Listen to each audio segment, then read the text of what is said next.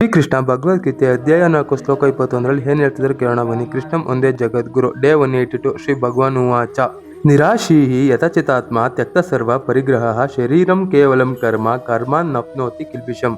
ಶ್ರೀಕೃಷ್ಣ ಹೇಳ್ತಾರೆ, ನಿಜಜ್ಞಾನಿ ಮನಸ್ಸು ಮತ್ತು ಬುದ್ಧಿಯನ್ನು ನಿಯಂತ್ರಣದಲ್ಲಿಟ್ಟುಕೊಂಡು ಕೆಲಸ ಮಾಡುತ್ತಾನೆ ಮತ್ತು ತನ್ನದೇ ಸ್ವತ್ತಿನ ಮೇಲೂ ಕೂಡ ಯಾವುದೇ ಒಡೆಯನೆಂಬ ಭಾವವಿರುವುದಿಲ್ಲ.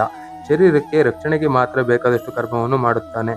ಹೀಗೆ ಮಾಡುವವನಿಗೆ ಯಾವುದೇ ಪಾಪದ ಲೇಪವೂ ಅಂಟುವುದಿಲ್ಲ ಎಂದು ಶ್ರೀಕೃಷ್ಣ ಹೇಳ್ತಿದ್ದಾರೆ. ಇಲ್ಲಿ ಶ್ರೀಕೃಷ್ಣ ಶರೀರ ರಕ್ಷಣೆ ಅಂತಿದ್ದಾರೆ. ಶರೀರ ರಕ್ಷಣೆ ಅಂದ್ರೆ ನಮ್ಮ ಮೇಲೆ ಯಾರಾದ್ರೂ ಏನಾದ್ರೂ ಮಾಡಕ್ ಬಂದಾಗ ನಾವು ನಮ್ಮ ರಕ್ಷಣೆ ಮಾಡ್ಕೊಳ್ಳೋಕೆ ಅವ್ರಿಗೆ ರಿಟರ್ನ್ ಮಾಡಿರ್ತೀವಲ್ಲ, ಅದನ್ನೇ ಶ್ರೀಕೃಷ್ಣ ಹೇಳ್ತಿರೋದು. ಆದ್ರಿಂದ ಯಾವುದೇ ಪಾಪವೂ ಇರುವುದಿಲ್ಲ ಅಂತ ಶ್ರೀಕೃಷ್ಣ ಹೇಳ್ತಿದ್ದಾರೆ.